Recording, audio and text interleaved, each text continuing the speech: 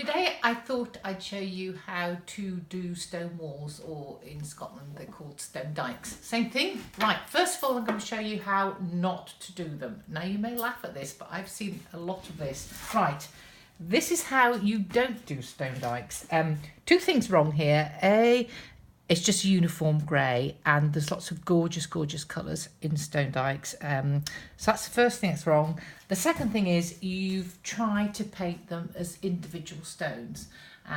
So let's forget about that and let me show you the best way to do them. So we'll start again, and the first thing you'll see is I'm going to paint a variegated wash, which we've done before, and they're on previous videos if you want to look back. So there's my stone dike. These are the colours I've chosen, and if you watch these videos you'll see I often use ultramarine blue and burnt sienna. If you mix that up, and it's here, quite dilute, can you see I've mixed it up more on the blue side, so that's given quite a cool grey. There, it's quite a cold grey.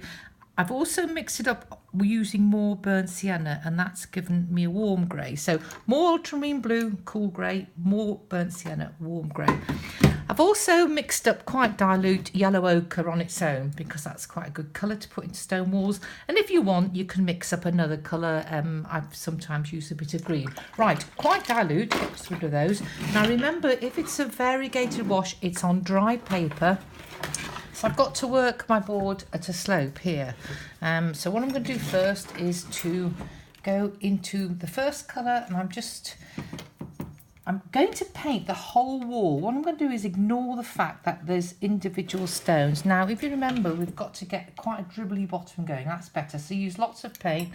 Get it going, nice dribbly bottom. So after that's one colour, then I'm going to go into the slightly brown colour. You're going to let it merge, just keep topping it up like that.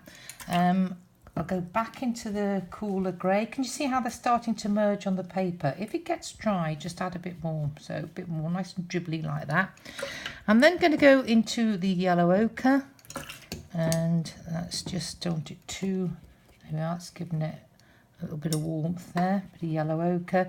Then I'm just going to go back into the warm grey. So what you're doing, you're letting these colours just run together on the paper. What I would also advise is just occasionally paint with water without putting colour in. The reason being, sometimes the colours try to mix too much on the paper and they don't have anywhere to go. That's just water. So what I'm allowing the paint to do is to kind of merge, but without getting too muddy.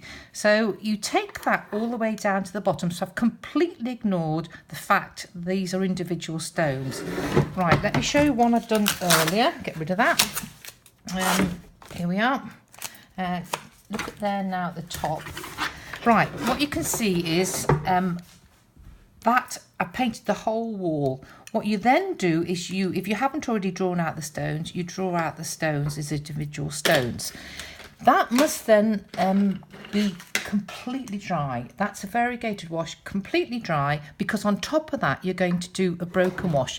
Now that's that one that's a little bit tricky. I'll do it on this piece of scrap paper first.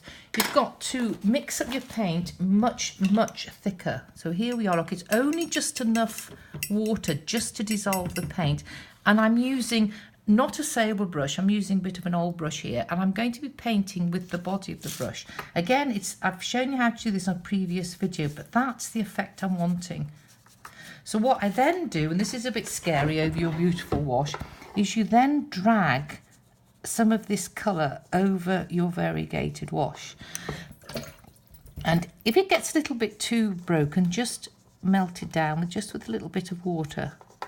It's also quite good, if you can, to actually follow the contour of a stone. A stone's quite rounded, so rather than paint like that, try to paint so that it goes around like that. Let me just do that a little bit stronger, so that goes like that.